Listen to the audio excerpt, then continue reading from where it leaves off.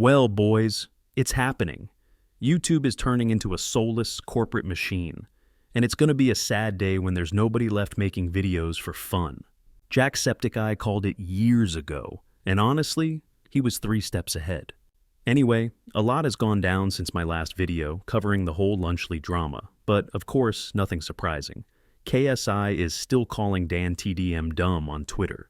KSI has posted 6 tweets and a 20-minute video over Dan's 1 tweet. Dan is living rent-free in KSI's head. I wasn't even going to make another video on this topic, but KSI calling DanTDM a dumbass is highly disrespectful, considering Dan just voiced his opinion and then went on to enjoy time with his family. But since then, these 2 clowns have been going on a rampage.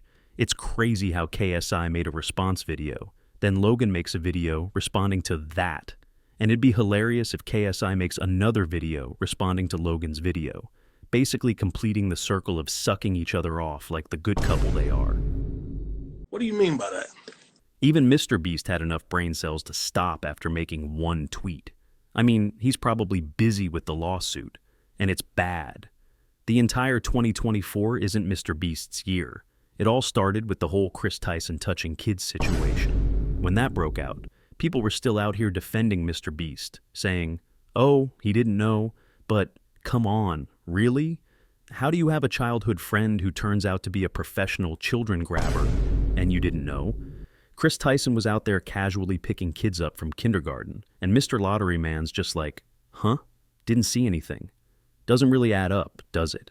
Fast forward to now, and Variety drops an article titled, "Mr. Beast, Amazon sued by contestants on Beast Games competition show with allegations including sexual harassment and chronic mistreatment." This lawsuit, filed on behalf of 5 unnamed participants, is seeking class action status. It's a big deal. They're hitting him with claims for failure to pay minimum wages, failure to pay overtime, sexual harassment, failure to prevent harassment, and so much more. The document is public, and I'll leave a link in the description so you can read it for yourself. Look, guys, I believe in innocent until proven guilty, but with all the recent allegations against Mr. Beast over the past 2 months, I'm starting to have doubts. This man is out here promoting gambling to kids and hasn't even bothered to tweet anything addressing these accusations. It really makes you question his innocence. And let's not forget, when the allegations came out about him hiring a sex offender, while his content is primarily aimed at children, or the claims of workplace harassment at his company, he stayed completely quiet and tried to dodge everything by saying nothing. But the moment people start calling him out for selling poison to kids, and it starts hitting his pockets, that's when he finally decides to respond. Funny how that works, right? It's been over 2 months since all these allegations against Mr. Beast started coming out. And honestly, if you ask me, it hasn't really seemed to affect his brand that much. He's kept uploading videos, still getting views, and his chocolate brand. It's still growing, even after every commentary YouTuber under the sun made videos about it. None of it hit him hard enough to make him address the allegations. And that's because the audience he's targeting doesn't really watch commentary YouTubers. But all of that changed when DanTDM spoke up. Dan's audience overlaps with Mr. Beast's a lot more, and when Dan called out Lunchly, it got more kids to start rethinking their support for Mr. Beast. Now, you can disagree with me here, but I truly believe Dan's single tweet did more damage than Dogpack's first video exposing Mr. Beast. I'll admit, Dogpack's video was the spark, but Dan's tweet, that was the fuel to the fire. And that's why I believe this 1 tweet sped up Mr. Beast's downfall. Adults have long recognized how questionable Mr. Beast is, but kids kept watching him because they didn't know any better. That's about to change, though. In my last video, some people were still out here defending Lunchly. Let's put aside the moral debate for a second about selling unhealthy food to kids. I mean, kids are going to eat junk no matter what, right? So why shouldn't it come from him? But here's the thing. Creator-driven brands are held to a way different standard than faceless corporations, and they get rewarded for that too. But that also comes with its downsides. If people are buying your product because they love and trust you, they're going to hold you to a higher standard than a faceless company. You can't have it both ways. Like, if some random company called Beat My Meat launched a product just like Lunchly, nobody would care if it was unhealthy for kids. That's the nature of faceless corporations. They're all about profit, and we get that. That's why they get real people to sponsor their stuff, because people would rather buy from other people. So, when 3 creators try to use their influence to push a product and expect to be judged like a faceless company, it just doesn't work. You can't have both. That's why they're facing backlash. And honestly, they shouldn't be surprised. I'm not trying to be harsh here. It's just a fact. They can sell their products, sure, but they can't act shocked when people start calling them out for it. Now let's break down Lunchly. Up until this point, people were only going off of the marketing materials and hadn't actually looked into what makes Lunchly a bad product to consume. But let's break down why Lunchly isn't as healthy as these 3 money-hungry goblins claim it is. Lunchly being marketed as having more electrolytes and supposedly being better for you, that's complete bullshit. It's just a shitty marketing tactic to fool kids into thinking electrolytes are some kind of magical ingredient that gives you superpowers, and that's not true. The number of times I've heard more electrolytes from these 3 businessmen, I'm getting sick of it.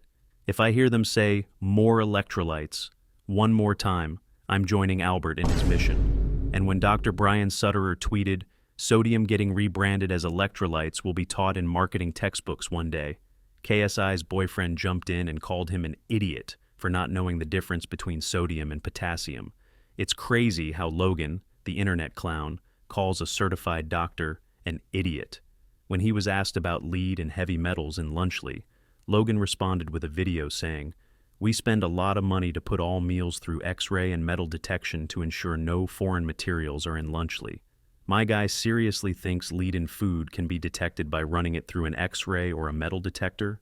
Even I know that X-rays and metal detectors can't detect heavy metals in food, and I'm a computer science major.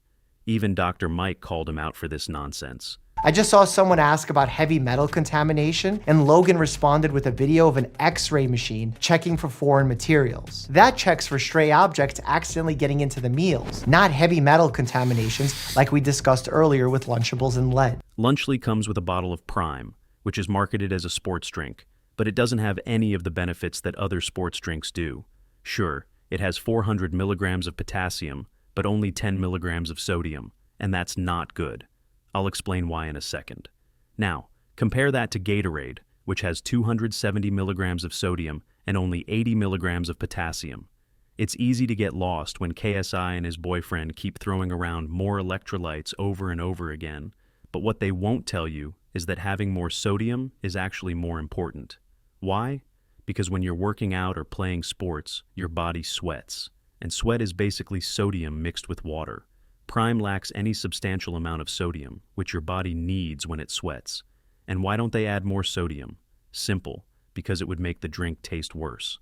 I still think it tastes like shit, but still. In a recent video, Dr. Brian Sutterer breaks it down.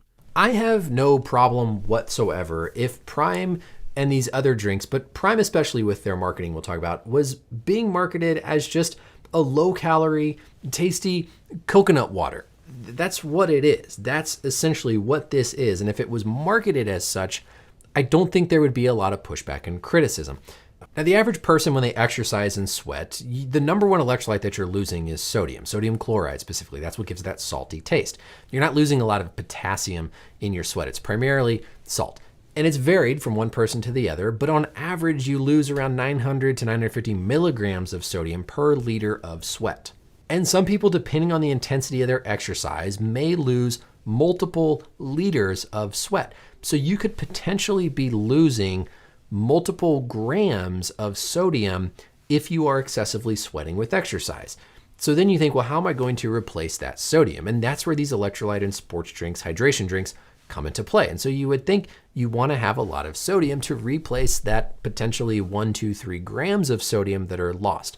And that's why these drinks historically have salt. That's why Gatorade, when you look at just your standard, this is not the low calorie, the electrolyte Gatorade, 270 milligrams, not as high as something like Element, which is going to have 1,000 milligrams of sodium, but at least there is sodium compared to the 10 milligrams found in this blue raspberry bottle of Prime. Simply put, drinking Prime, if you're excessively sweating to try and replenish your sodium, is not going to adequately replenish your sodium compared to a different beverage. Prime is basically just coconut water and lacks the necessary electrolytes like sodium that should be in a sports drink.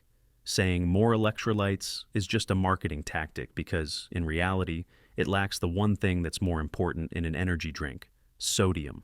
It's ironic how Logan Paul is pushing Prime as the official sponsor of the UFC, professional football clubs, and promoting it to athletes when it's barely a sports drink.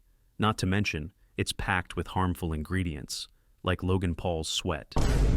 Let's check out some of the comments. When something is associated with a person called Logan Paul, you know it's bad no matter what. Logan Paul trying to debate a doctor is peak cringe 2024 Twitter behavior. Crazy that so many people care what that junkie thinks. Damn, Logan Paul is getting absolutely grilled, and I don't mind it. Only Logan Paul has the ability to publicly call a well-intentioned, highly educated doctor an idiot. Logan Paul getting on Dr. Sutterer for simply spreading facts is wild. Being called an idiot by Logan Paul on Twitter is all the validation you'll ever need that you're right. Logan Paul is the kind of guy who tries to find heavy metals in your food using a metal detector. Oh wait, he did. Someone please call Albert to handle Nina's wife. Anyways, jokes aside, to really understand how harmful Lunchly could be, you need to know why ultra-processed foods, or UPFs for short, are so dangerous when consumed regularly. Studies show they can lead to a 50% higher risk of developing obesity, and some specific UPFs are even linked to increases in cancer. These foods are often way too high in sodium, saturated fat, and added sugars, and they don't use healthy, whole food ingredients. Since they fall into the UPF category, they're just not something you should be consuming regularly. Even Dr. Mike explains in his video that many of his patients are over-consuming UPFs, and it's causing them serious health issues. And because they fall into the category of ultra-processed foods, they aren't healthy to consume often, period. I see it even in my clinic. So many of my pediatric patients are over-consuming UPFs, and it's becoming a growing problem across the country. Consumer Reports even dedicated a special feature highlighting the problems with Lunchables and why they shouldn't be consumed regularly due to health risks. My own take on Lunchables: I don't recommend parents pack them for their kids on a daily basis. A low-quality food with poor nutritional value. Dr. Mike then goes on to explain what makes a meal kit healthy for kids. He compares Lunchly's nutrition to the recently updated USDA standards for school lunches and points out that Lunchly doesn't even meet the minimum calorie requirement for a meal kit. In fact, Lunchly has 2.7 times fewer calories than the minimum recommendation. But the most important part? The whole grain guidelines.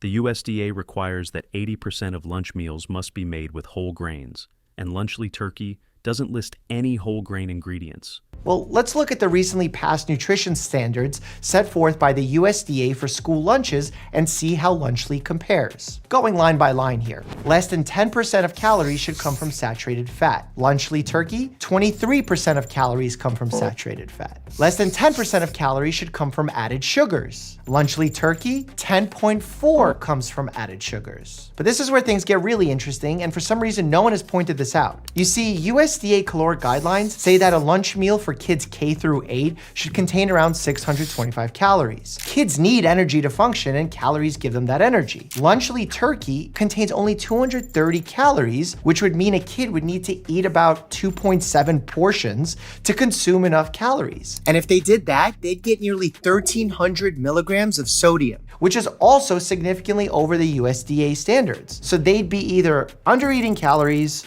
or overeating sodium. Finally, the grain guidelines state that 80% of lunch meals must be whole grain, and Lunchly Turkey does not list any whole grain ingredients. It's clear Lunchly, just like Lunchables, misses the mark too many times to be considered meaningfully healthier, at least in my opinion. Are we surprised, though?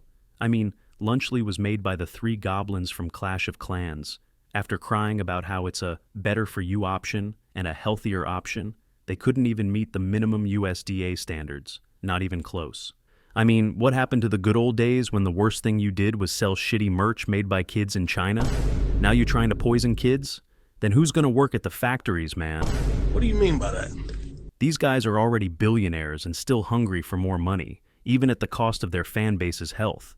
They're targeting little kids, though to be fair, Chris Tyson did that too. But, you know, not that type of targeting. After all, he's part of Mr. Beast's crew. You know what I mean, right? Whoa, calm down, Jamal. Don't pull out the 9. Now, let's talk about KSI. His response video was an absolute dumpster fire. It has 158,000 dislikes at the time of making this video. The entire video is just him hysterically laughing, calling every post by fans cringe, and a lot of yapping. He starts the video glazing Mr. Beast. But I gotta admit, Jimmy's new formula, when it comes to chocolate, is very good. And I'm not surprised he likes Jimmy Boy's chocolate. What do you mean by that? I think I had the cookies and cream. Oh my God. So good. I literally messaged him like, brother, send me more. It's official, guys. KSI loves Jimmy's cream. Send me more of this chocolate, please. Yeah, Jimmy Boy, send him more. First, he was gulping down Logan Gangster Paul, and now he wants Jimmy Boy's chocolate too. He's down bad. Whoa, calm down, Jamal. Jokes aside, let's get back to the topic. He goes on to explain the Twitter situation, which we've already covered. You can watch my last video on it. And when that doesn't work, he purposefully takes out a tweet, trying to prove that DanTDM's fan base consists of a bunch of racist people. When a knicker like KSI does nothing in life and still gets paid for it in something other than welfare or food stamps, it's noteworthy. It's like how monkeys in the jungle have started to understand the concept of tools. Brother is just being racist. His audience just didn't know what to do. They couldn't fathom the idea that their beloved Dan was also exactly what he claimed that we were. Okay, this racist reply we're reading right now has a whole 5 likes with 1.6K views on Twitter, and just the reply under that, calling him racist, has more likes than it. Yeah, dude, this one guy most certainly represents the average toxic DanTDM fan, right? Half of them are racist, bro. He purposefully just picked one guy so he could put this shit in the video. What an idiotic, toxic way to try to discredit a YouTuber. Well, DanTDM doesn't actually own the sweets, okay? You own Lunchly, so it's not the same. Okay, cool. Where was the same energy when Ryan Trahan released sweets? Where was the same energy when FaZe Rog released sweets? Now, I'm not throwing them under the bus because I tried both of their sweets and it's fantastic. This guy still doesn't get it. He's actually that dumb. We're not just talking about a lunchbox, something you're supposed to eat for lunch, not a one-off snack during the day. You've got people mad because you're taking advantage of your fan base by selling them a crap product to replace a meal. And I can't emphasize this enough. You're targeting children with this product. Even in a recent Sunny V2 video, he explains how Cocomelon uses highly saturated colors to attract kids, and Lunchly is doing the same thing here.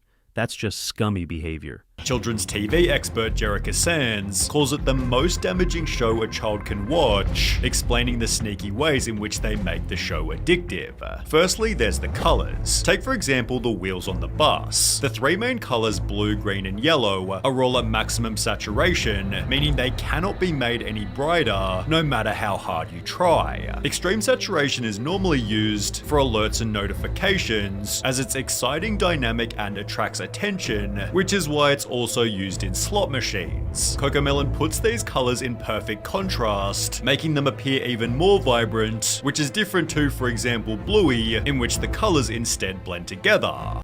Look, I get it. Lunchables is trash, but you can't go around saying, oh, so you're gonna buy Lunchables? It's garbage and gives you brain damage, so why not buy our product instead? It also gives you brain damage, but hey, just a tiny bit less, and it'll fill our pockets. You're being criticized because you're a YouTuber, not a soulless corporation. We understand when an evil corporation does it, but you're supposed to be different. If you start acting like a soulless corporation, you'll be treated like one too. The difference between you and other YouTubers selling sweets is that, at least, they don't pretend their product is healthy. They're not out here promoting it like, buy our sweets because they're healthier and better. But you 3 clowns, you're promoting your product like it's some kind of saving grace for lunchboxes when, in reality, it seems to be even shittier.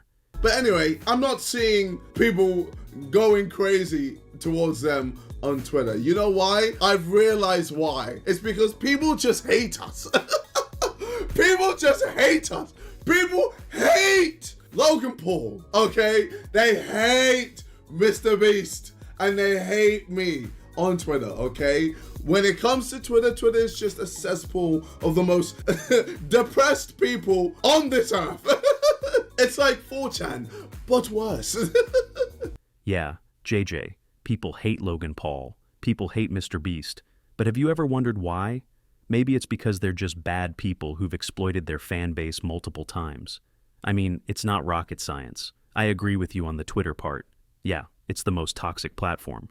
But you're not getting love on other platforms either. You're getting cooked on Reddit and YouTube as well. So, saying Twitter hates you doesn't work here.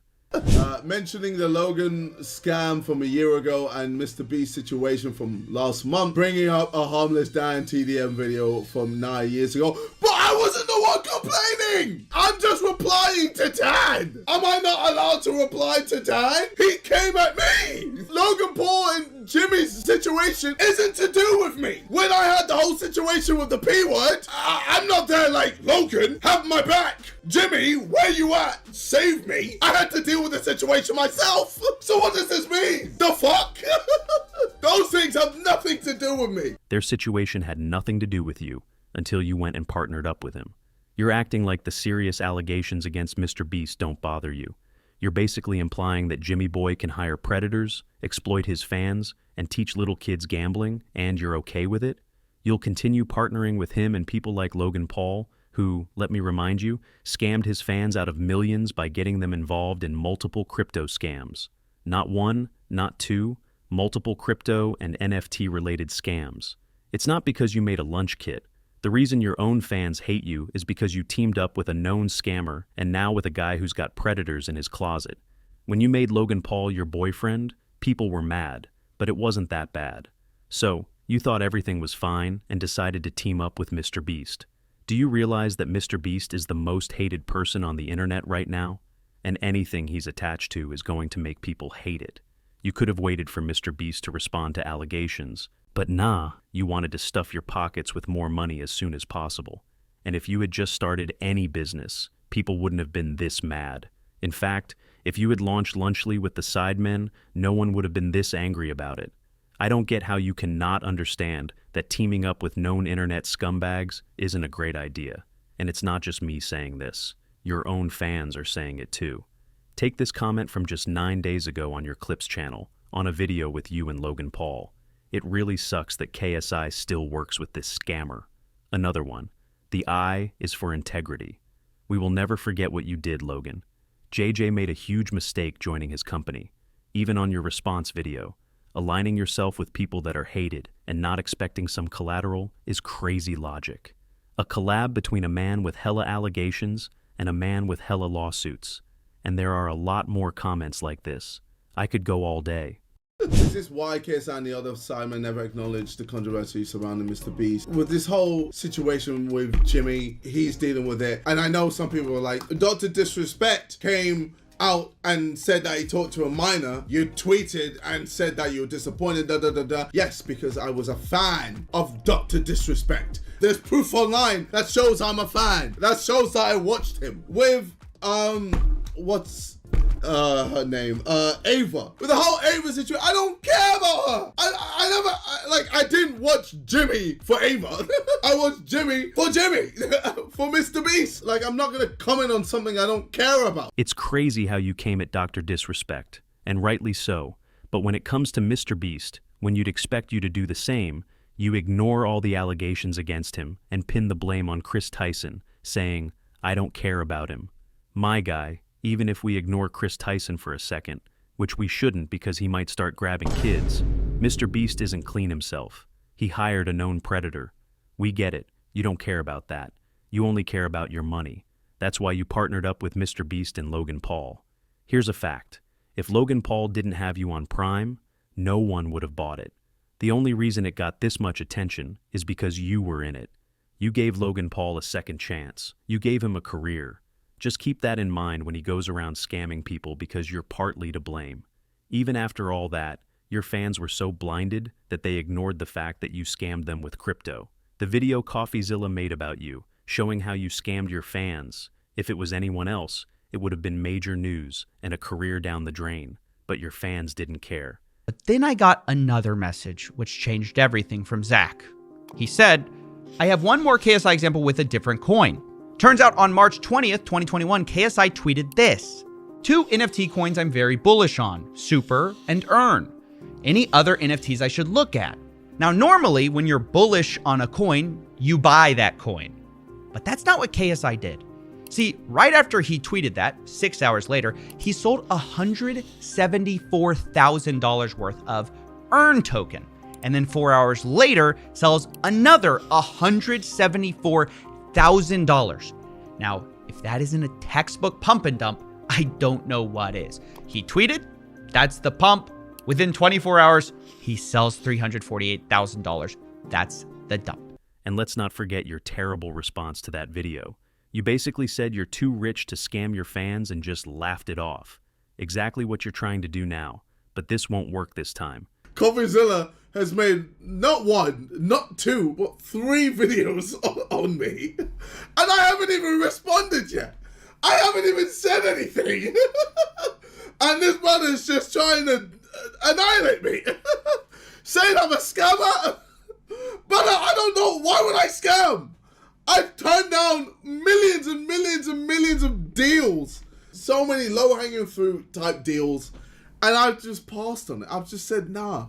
So why would I go on crypto and pump and dump? For what? You had the most loyal fans, and what did you do? You went and started businesses with 2 of the biggest pieces of shit on the internet right now. And what's your response? Their situation has nothing to do with you? Yeah, right.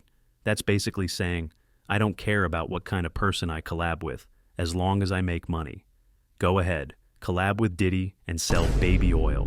When you collab with pieces of shit like Logan Paul and Mr. Child Predator, it becomes your business. You get involved too. You can't have your cake and eat it too. Just lose the I in KSI because you definitely don't have any integrity left.